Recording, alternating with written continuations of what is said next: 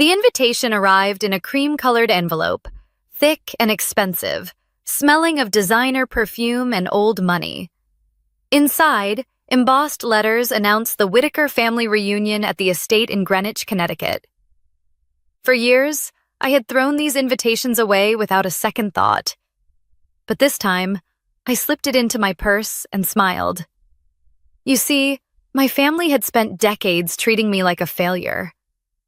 The poor cousin who rented apartments while they owned mansions, the divorced woman without a real career, the one they whispered about at Thanksgiving dinners and pitied at weddings. They had no idea what I had been building in silence. And this year, I was finally ready to show them the truth. The Whitaker family had always been what people in Connecticut called old money, though the reality was more complicated. My grandfather built his fortune in commercial real estate during the 1970s, buying shopping centers and office buildings when nobody wanted them. He taught me that wealth meant responsibility, that buildings were meant to house communities, not just collect rent checks. But when he passed, that philosophy died with him. My aunts and uncles turned the family name into a competition. Who had the bigger house in Fairfield County? Whose children attended the best prep schools? Whose vacation photos from the Hamptons got the most likes on social media? Status became oxygen, and if you could not prove your worth with marble countertops and luxury cars, you simply did not matter. I learned this early. At 12 years old, I showed up to Thanksgiving dinner in a sweater from Target, while my cousin Harper wore Burberry. Aunt Lorraine pulled my mother aside and whispered loud enough for me to hear that it was embarrassing, that we needed to try harder. My mother cried in the car on the way home. I decided that day that their approval was not worth chasing. But that did not stop them from reminding me, year after year, that I had fallen short. When I dropped out of law school to study real estate development, they called it quitting. When I got divorced at 29, Aunt Lorraine said I had wasted my only chance at stability. When I chose to rent a small 2-bedroom apartment in Stamford instead of buying a house I could not afford, Uncle Gerald joked at Christmas that I would be a renter forever. Nobody asked what I was doing with my time. Nobody wondered why I attended every zoning board meeting in 3 counties, or why I spent weekends walking through abandoned properties with contractors twice my age. They saw my thrift store coats and 10-year-old Honda and assumed I was struggling. And I let them think that, because their assumptions became my armor. The less they expected, the less they interfered. This year, though, something had shifted. I had spent the last 6 years building Whitestone equity from nothing. I had acquired 7 properties, renovated dozens of units, and created affordable housing in communities that desperately needed it. My firm was small but profitable, and more importantly, it stood for something beyond profit margins. And 3 years ago, I had made the most significant purchase of my career, a newly renovated apartment complex in Greenwich called Whitaker Residences. The irony was not lost on me. The building sat just 2 miles from the family estate, a beautiful brick structure with 24 units, updated plumbing, energy-efficient windows, and rents stabilized below market rate. I had bought it quietly through my LLC during the pandemic when the previous owner needed to sell fast. I had poured everything into making it a place where people could actually afford to live with dignity. What I had not advertised, what nobody in my family knew, was that 6 of those units were occupied by Whitakers. Aunt Lorraine and Uncle Gerald downsized there after his investments soured. Harper moved in after her husband's tech startup collapsed. Even my parents quietly relocated there when my father's retirement fund took a hit during the market crash. They had no idea their landlord was me. The management company handled everything. Rent checks went to a corporate address. Maintenance requests were answered by staff. I had kept my distance intentionally, not out of spite, but because I knew the moment they discovered the truth, everything would change. Now, standing in my office with that cream-colored invitation in my hand, I realized I was ready for that change. Not because I wanted revenge, but because I was finally unafraid. After years of being invisible, I was ready to be seen. Not as the failure they imagined, but as the woman I had become. And so, I decided to attend the reunion. I arrived 30 minutes late on purpose. Late enough that the champagne was flowing and inhibitions were lowered, but early enough to make an entrance. The Whitaker estate looked exactly as I remembered. Sprawling green lawns, white columns, gravel driveway lined with luxury vehicles. A Tesla, 2 Mercedes, a Porsche Cayenne, and Uncle Gerald's ridiculous Range Rover that he claimed was for off-roading but had never seen dirt. I parked my modest hybrid sedan down the road and walked the rest of the way. My navy dress was simple, bought on sale at Nordstrom Rack. My sandals were from Target. My hair was pulled into a low bun. I looked exactly like what they expected, the poor relation who could not afford better. The party was set up on the back lawn under white canopies strung with lights. Everyone looked sun-kissed and polished, dressed in what the invitation had called summer formal. Linen blazers, floral sundresses, expensive sunglasses perched on perfectly highlighted hair.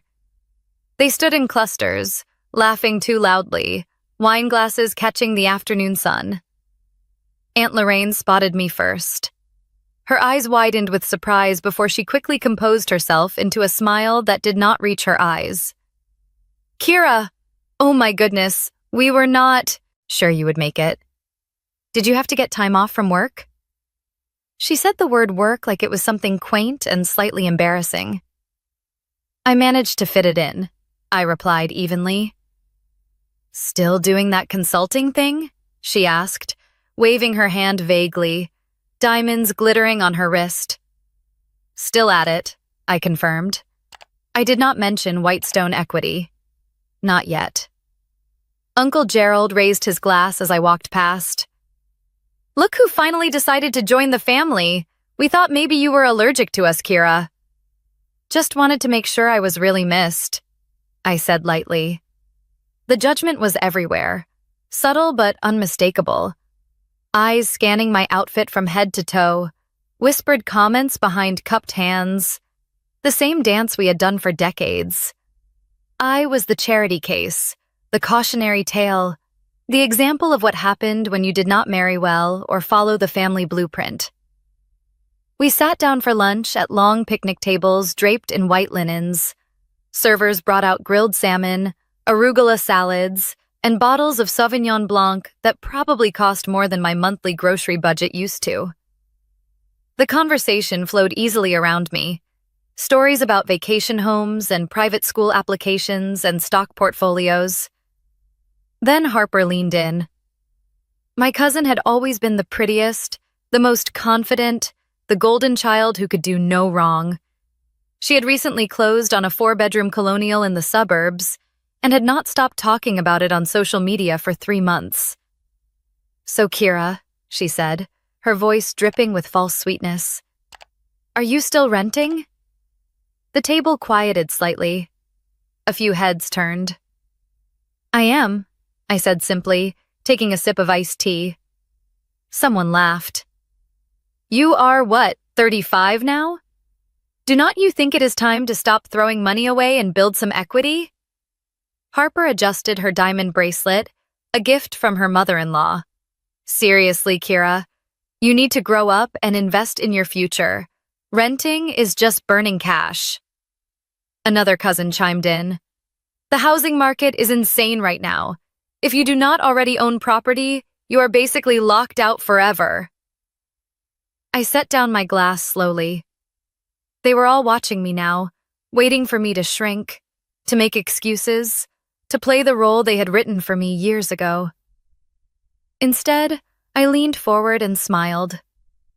"You are absolutely right," I said calmly. "The market is tough. That is why I decided to take a different approach." Harper raised an eyebrow. "What do you mean?" I paused, letting the silence stretch just long enough to make them uncomfortable. "Instead of buying a house," I said slowly, I bought the building. Forks froze midair. Wine glasses paused at lips. The laughter died instantly. What building? Aunt Lorraine asked, her voice sharp. I turned and pointed across the lawn toward the row of brick townhouses visible in the distance, the ones where most of my family now lived. That one, I said. Whitaker Residences, every single unit. The silence that followed was absolute. Even the birds seemed to stop singing. Faces that had been flushed with wine and laughter turned pale. Harper's mouth opened and closed like she was trying to form words, but had forgotten how language worked. You are joking, Aunt Lorraine finally said, forcing out a brittle laugh. Kira, that is not funny. I am not joking, I replied calmly. Uncle Gerald leaned forward, his expression shifting from amusement to suspicion. You are telling us that you own Whitaker Residences? The entire complex? Through my firm, Whitestone Equity. I purchased the property in October of 2020 during the market dip. We renovated all 24 units, updated the electrical systems, replaced the plumbing, installed energy-efficient windows, and brought in local contractors for the work. Harper's voice came out strangled. You are saying you bought that building? The whole thing? I nodded. Closed on it 3 years ago. That is impossible, she whispered. You were still renting that tiny apartment. You did not have that kind of money. I did not advertise what I was doing, I said. I was busy building something real instead of posting about it on Instagram. The insult landed. Harper flinched. They were all doing the math now, rewinding through years of family gatherings, trying to reconcile the woman they had dismissed with the reality sitting in front of them. They remembered the surface. My secondhand furniture, my practical car, my absence from their country club brunches. But they had never asked about the late nights, the zoning meetings, the properties I was quietly acquiring and improving. So we pay you rent? Harper's voice was barely audible, thick with humiliation. Indirectly, yes, through the management company. I kept my ownership private for exactly this reason. I did not want it to become a spectacle. The weight of that statement settled over the table like fog. Every rent check they had written, every maintenance request they had submitted, every lease renewal they had signed, had quietly landed on my desk. The cousin they had pitied for years was their landlord. Aunt Lorraine's face had gone from pale to red. This is manipulation. You hid this from us deliberately. I kept my business private, I corrected. There is a difference, and frankly, none of you cared enough to ask what I was actually doing with my life. You just assumed I was failing because I was not performing success the way you expected. Uncle Gerald cleared his throat, clearly trying to regain some control. Well, what are you planning to do now? Raise our rents? Evict us? Why would I do that? I asked genuinely. You are good tenants. You pay on time, mostly. You take care of the units. I prefer stable, long-term renters. It is better for everyone. Harper slammed her glass down, wine sloshing over the rim. Then what was the point of this? You just wanted to humiliate us? I looked at her, really looked at her, and felt something unexpected. Not anger, but sadness. No, Harper, I wanted you to see me. Actually see me. Not the version you invented to make yourselves feel superior, but the real person who has been here all along. Nobody knew what to say. For once in their lives, the Whitakers were speechless. I stood up slowly, placed my napkin on the table, and smiled. Enjoy your lunch. The salmon looks wonderful. As I walked away, I heard Aunt Lorraine whisper to someone, That girl is not who we thought she was. She was right. And they were only beginning to understand how little they had actually known about the woman they had spent years underestimating. The revelation was just the beginning. What came next would change everything. I did not sleep well that night. After leaving the reunion, I drove the long way home, windows down, letting the summer air clear my head. When I finally walked into my apartment, I sat at my small kitchen table and pulled out an old journal I kept tucked in a drawer. Inside was a folded letter in my mother's handwriting, written the week I dropped out of law school. "Kira, this is not the path we imagined for you. We are worried. Real estate is unstable. Law is a profession. Please be careful not to waste your potential." I did not blame her for writing it. In our family, value was measured in titles and degrees, in things you could brag about at dinner parties. My mother had spent her whole life trying to fit that mold, and she wanted to protect me from what she saw as failure. But she had never understood that I was not running away from potential. I was running towards something she could not see. The truth was, my journey started in the wreckage of my divorce. At 29 years old, I walked away from a marriage with almost nothing. My ex-husband kept the house, the furniture, the life we had built together. I moved into a cramped apartment in Stamford, with a suitcase and a bank account that had $3,000 in it. Most people would have called that rock bottom. I called it freedom. For the first time in my life, nobody was watching. Nobody was judging. Nobody cared what I did next. And so I started learning. I enrolled in real estate development courses at the community college. I volunteered for local housing nonprofits. I showed up at zoning board meetings and sat in the back row, taking notes while developers argued over variances and density bonuses.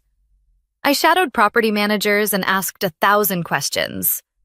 I read every book I could find on investment strategy, tenant law, and construction management. By the time I was 31, I had saved enough for a down payment on my first property, a rundown duplex in Bridgeport that nobody else wanted. The roof leaked. The pipes were ancient. The previous owner had left it abandoned for 2 years. But I saw potential. I lived in one half and rented out the other. I learned how to fix drywall, replace faucets, and negotiate with contractors who thought they could overcharge a woman who did not know better. I made mistakes. I overpaid for materials. I trusted the wrong people. But I learned fast, and I reinvested every single dollar of profit. For 6 years, I did not take a vacation. I did not eat at restaurants unless someone else was paying. I drove my Honda until the odometer hit 200,000 miles. While my cousins posted photos from Tuscany and Napa Valley, I was walking construction sites in steel-toed boots, reviewing budgets in coffee shops, and attending city council meetings until midnight. They had no idea. And I never told them, because the moment I started doing something unexpected, it would have become a target. They would have found ways to diminish it, to turn my success into a punchline. So, I built in silence. By 33, I had flipped 3 properties and owned 2 small apartment buildings. By 35, I had established Whitestone Equity as a legitimate firm with a reputation for ethical development and community-focused housing. And then the pandemic hit. While the world panicked, I saw an opportunity. Property values dropped, sellers were desperate, and Whitaker residences came on the market at a price I could finally afford. When I saw the address, my stomach turned. I ran a tenant background check and discovered that my aunt, my uncle, my cousin, even my parents were living there. They had all downsized quietly, too proud to tell anyone in the family that they were struggling. I could have walked away. But instead, I bought the building. Not to trap them or control them, but to protect them. Rent increases in that area were pushing longtime residents out. I did not want that to happen to my family, even if they had spent years making me feel small. I stabilized the rents. I extended lease renewals. I quietly absorbed repair costs that I could have passed on to tenants, and I never said a word. Until now. Until I was finally strong enough to let them see what I had built. Not for their approval, but for my own peace.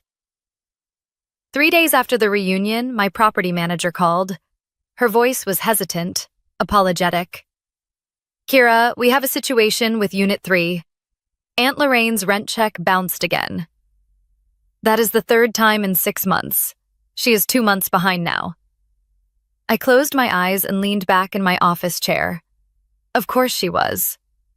Aunt Lorraine, who had spent decades flaunting her wealth and judging everyone else's financial choices, was quietly drowning.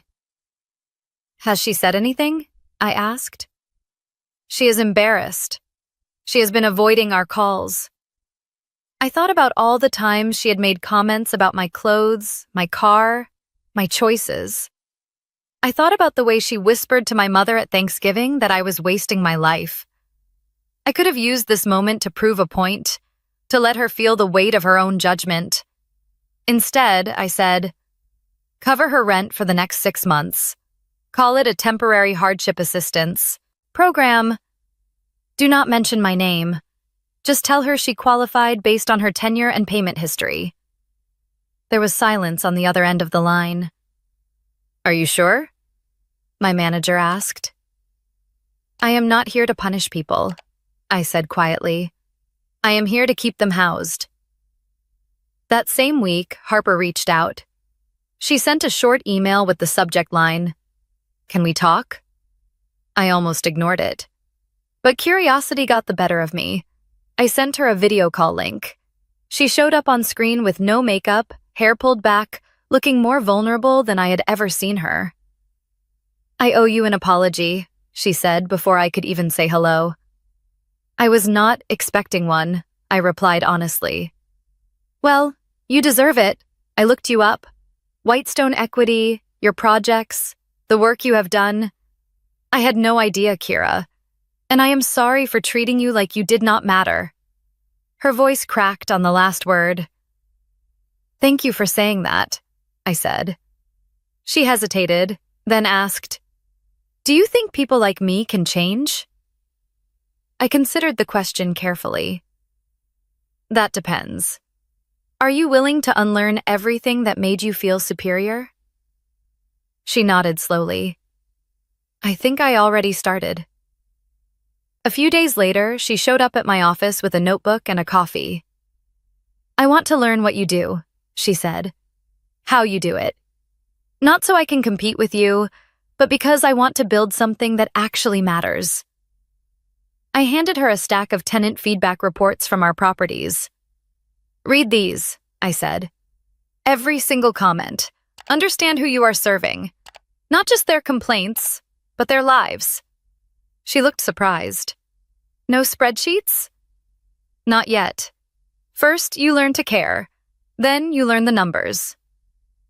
By the end of the week, Harper was different. Still sharp, still confident, but softer somehow. She asked real questions about zoning laws, rent control, sustainable development. She read about community land trusts and affordable housing models. One afternoon, she looked up from the city planning map on my wall. When you told us you owned the building, I thought you just wanted to rub it in our faces, she admitted. And now? I asked.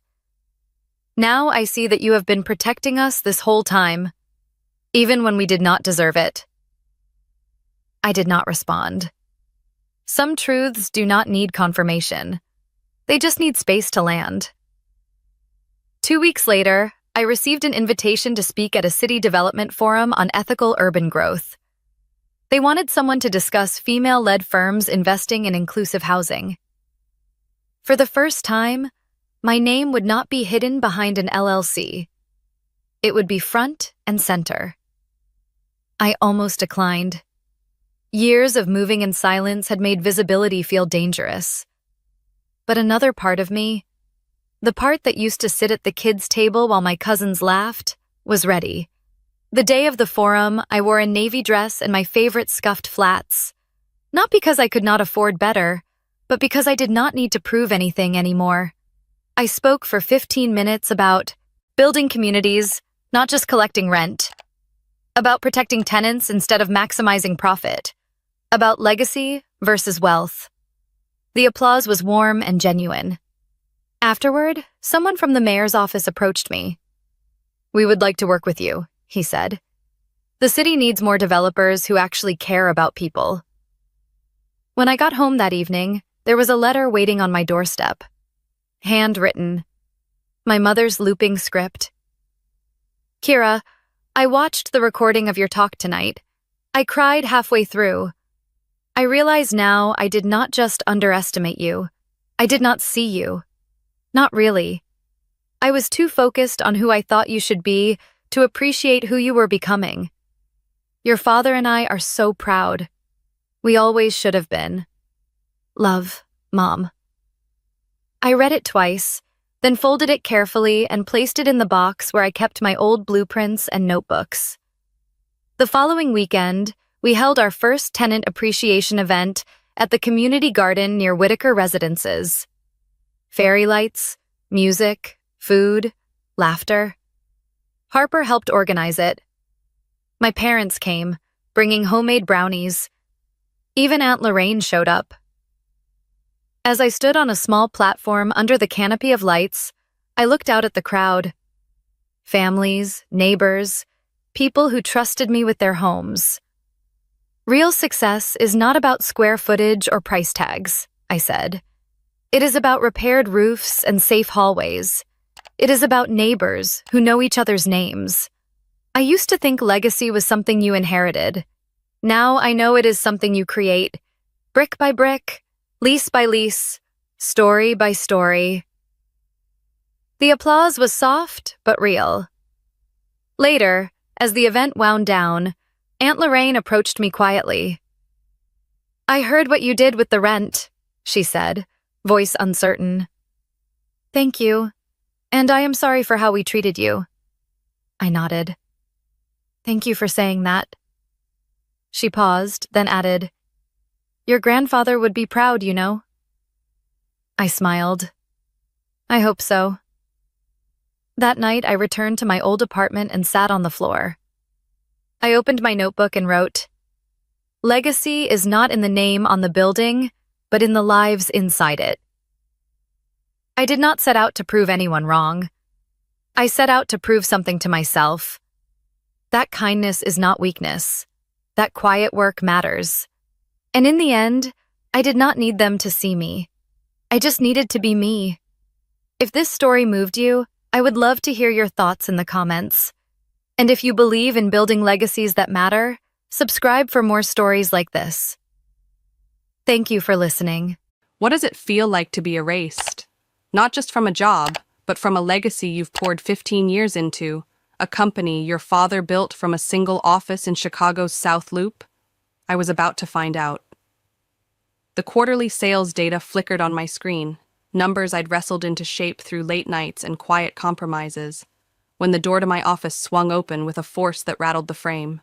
Martin Rhee, my boss, stood there, his silhouette filling the doorway, a file clutched in his hand like a weapon. No knock, no courtesy, just a deliberate entrance meant to unsettle. I looked up, steadying my breath, and met his eyes. Something told me this wasn't about the numbers. "Bennett!" he barked, tossing the file onto my desk with a thud that scattered my neatly arranged pens. "We need to talk, now."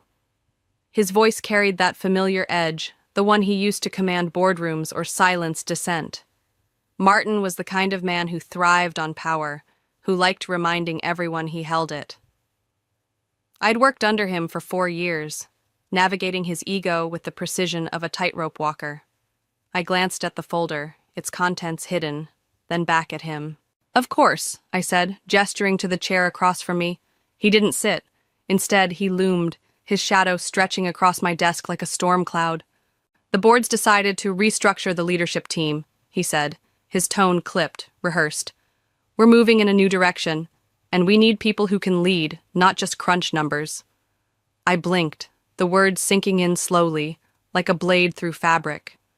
"You're firing me?" I asked, my voice calm despite the sudden tightness in my chest. He smirked, a flicker of satisfaction crossing his face, as if he'd just landed a winning shot. "Let's not be dramatic, Arya. We're releasing you from your position, effective immediately."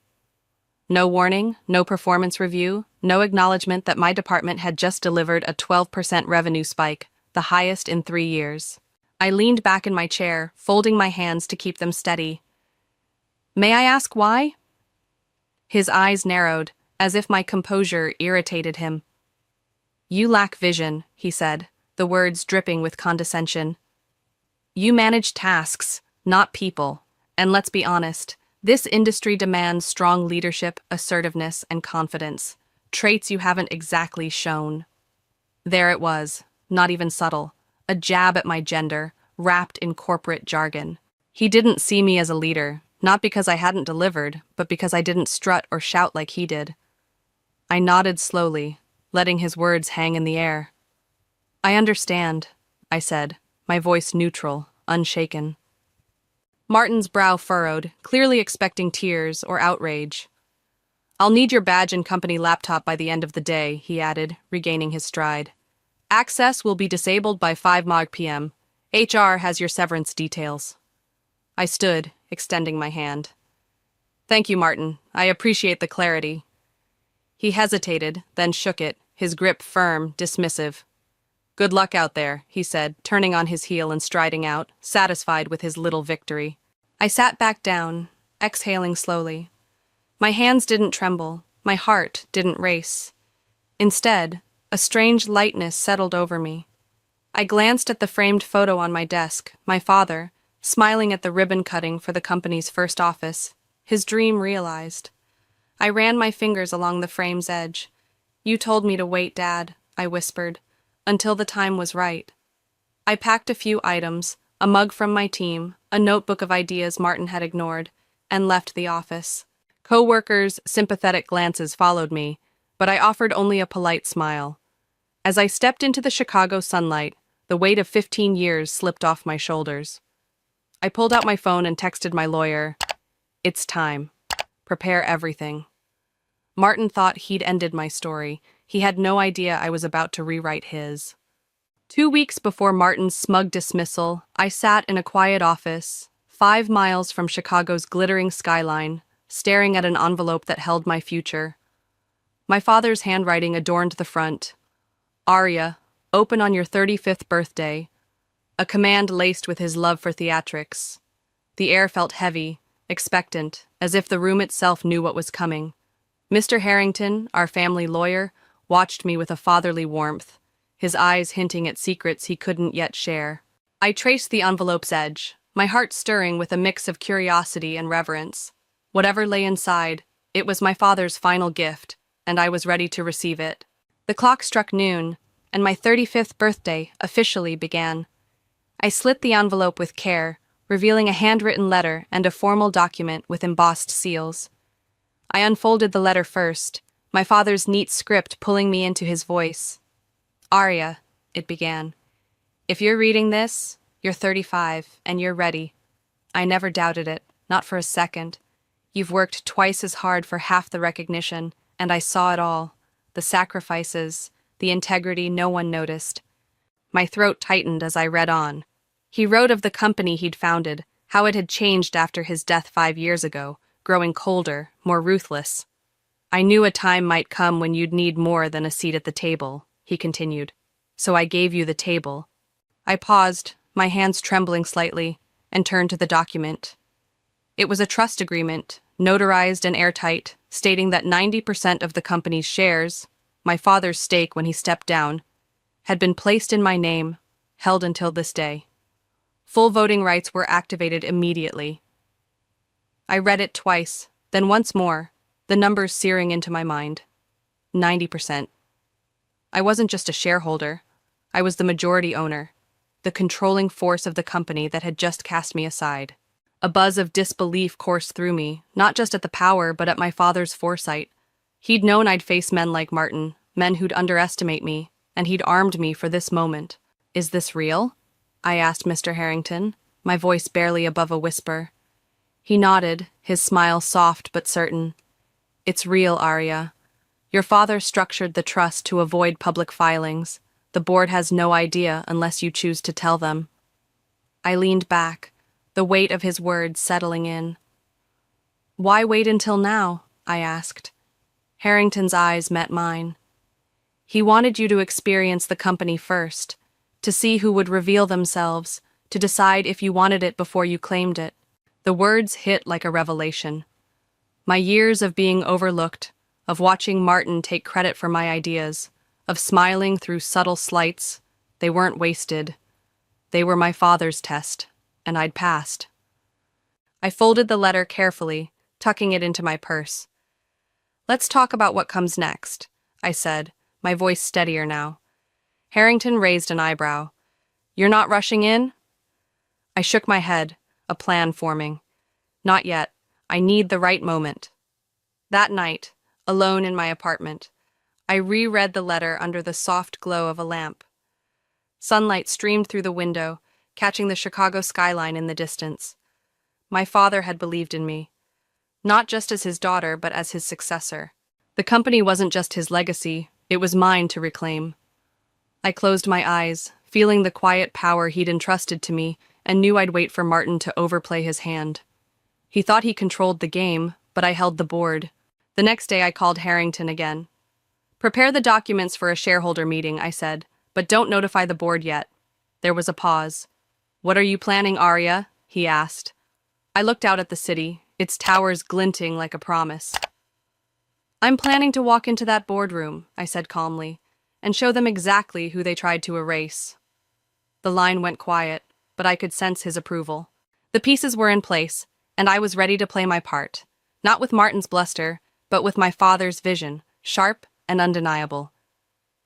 The days after my firing were a study in silence, but not the kind that signals defeat. It was the quiet of a chess player plotting 5 moves ahead, each step deliberate, each piece positioned with care. Chicago's loop buzzed around me as I sat in a corner booth of a discreet cafe, the clink of coffee cups fading into the background. Across from me, Mr. Harrington slid a draft of the shareholder meeting request across the table, its pages crisp with possibility. My phone buzzed with HR's insistent calls about an exit interview, but I ignored them. Martin thought he'd written my ending. I was busy crafting his. The document was simple, a formal notice to call a special shareholder meeting with one agenda item, leadership review. Harrington, leadership review and appointment of new executive management. It was a legal grenade, and I held the pin. "You're sure you're ready?" Harrington asked, adjusting his glasses. "Once you submit this, there's no going back." I met his gaze, my voice steady. They pulled the pin when they fired me. He nodded, a flicker of respect in his eyes. We set the timeline. Notice served Friday, meeting on Tuesday, giving the board 2 days to scramble. Perfect. Next, I met Caroline Winters, the trustee who'd guarded my father's shares since his passing. Her office, tucked in a quiet Chicago suburb, was a shrine to precision. Files neatly stacked, not a paper out of place. "I've watched Martin dismantle your father's legacy," she said, sliding a folder across her desk. Inside were the numbers I needed. Employee satisfaction down 38%, turnover up 47%, $2 million in unauthorized executive perks, and flat revenue despite a booming market. Martin's leadership was a house of cards, propped up by inflated projections. "If this continues," Caroline said flatly, "he'll tank the company in 2 years." I nodded, absorbing every detail. The truth would be my weapon, sharp and indisputable. Back in my apartment, I pored over the data, cross-referencing employee surveys with financial audits. Martin's signature was on every misstep: lavish trips, bonuses for loyalists, reports that glossed over cracks in the foundation. My father had built this company on people, not numbers, and Martin had betrayed that.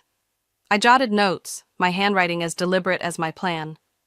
The board would see the evidence, and Martin would have nowhere to hide.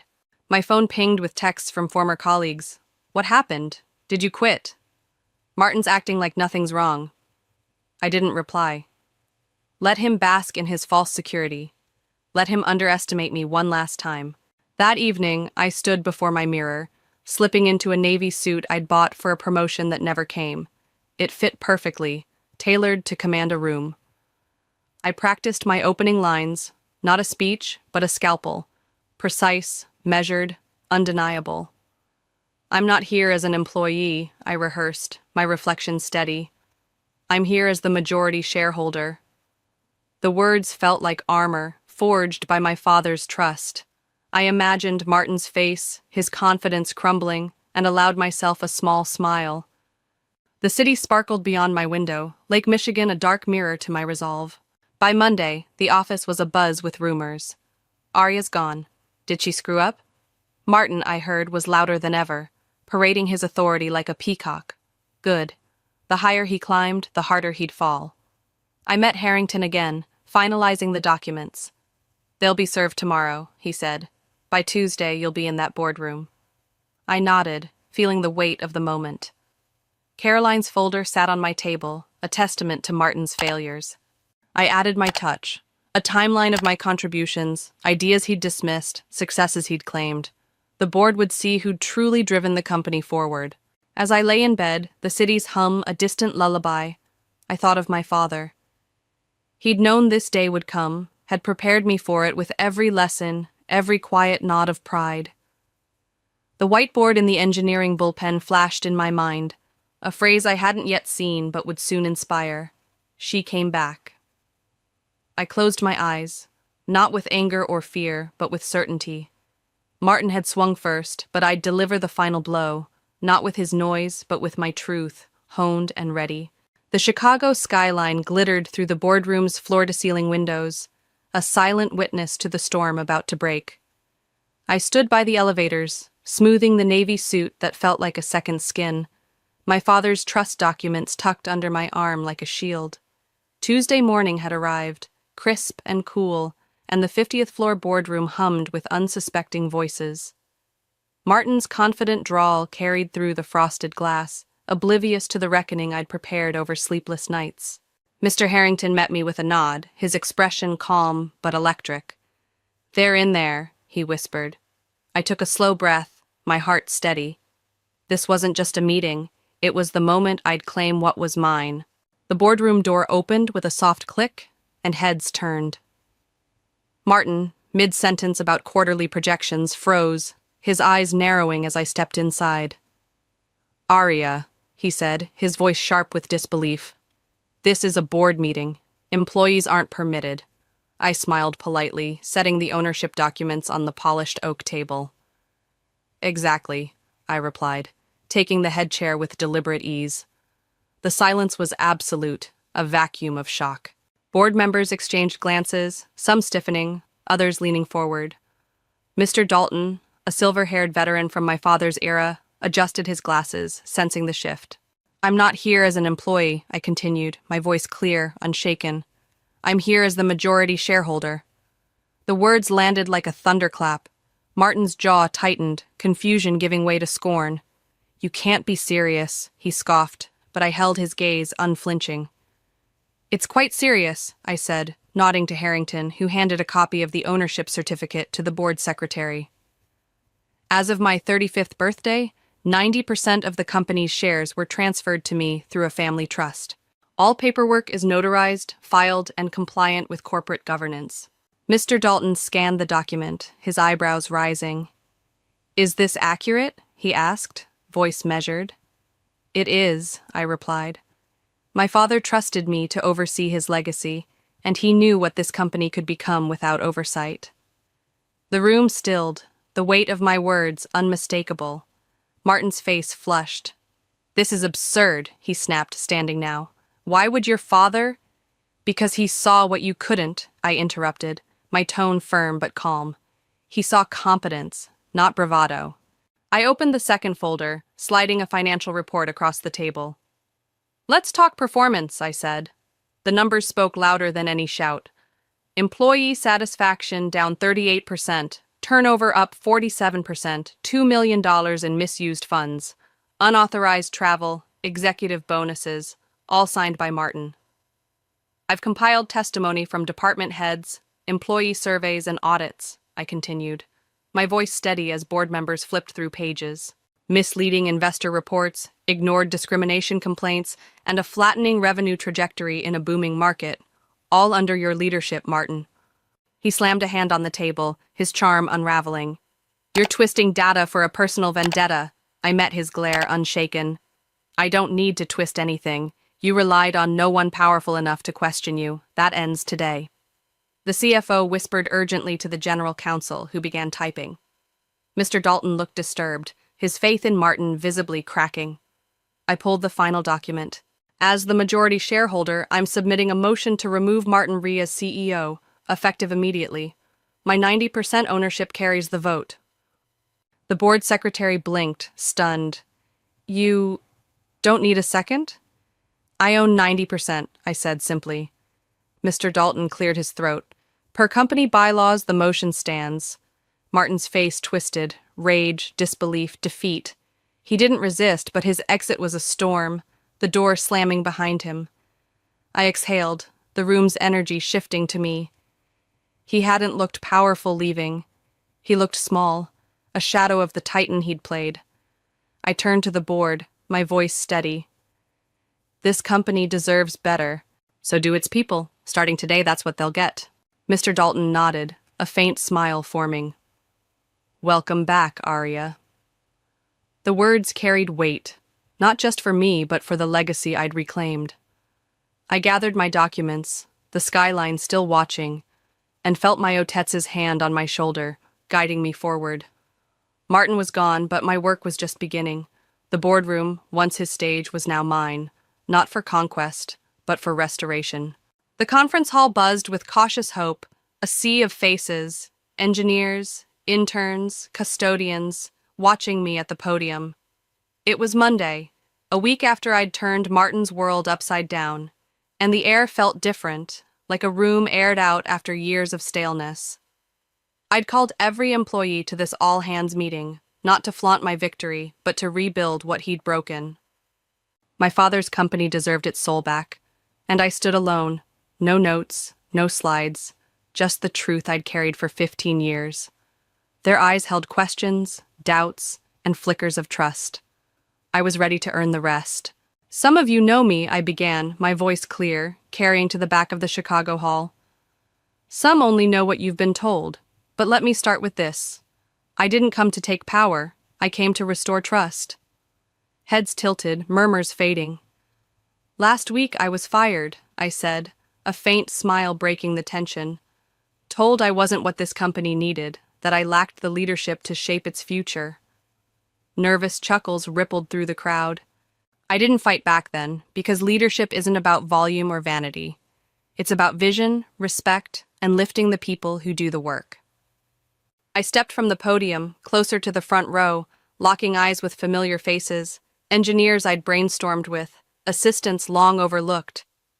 For years, this company ran on your ideas, your late nights, your belief in something bigger. Somewhere, that got lost. Starting today, we change that. The room was silent, but it was a listening silence, alive with possibility.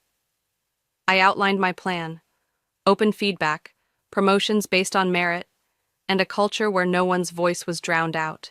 Heads nodded, skepticism softening into hope. Over the next 2 weeks, I did something radical. I listened. I met with department heads in corner offices, team leads in cramped cubicles, and interns in the break room. I sat with receptionists and custodial staff, asking what wasn't working, what they needed, and who deserved more.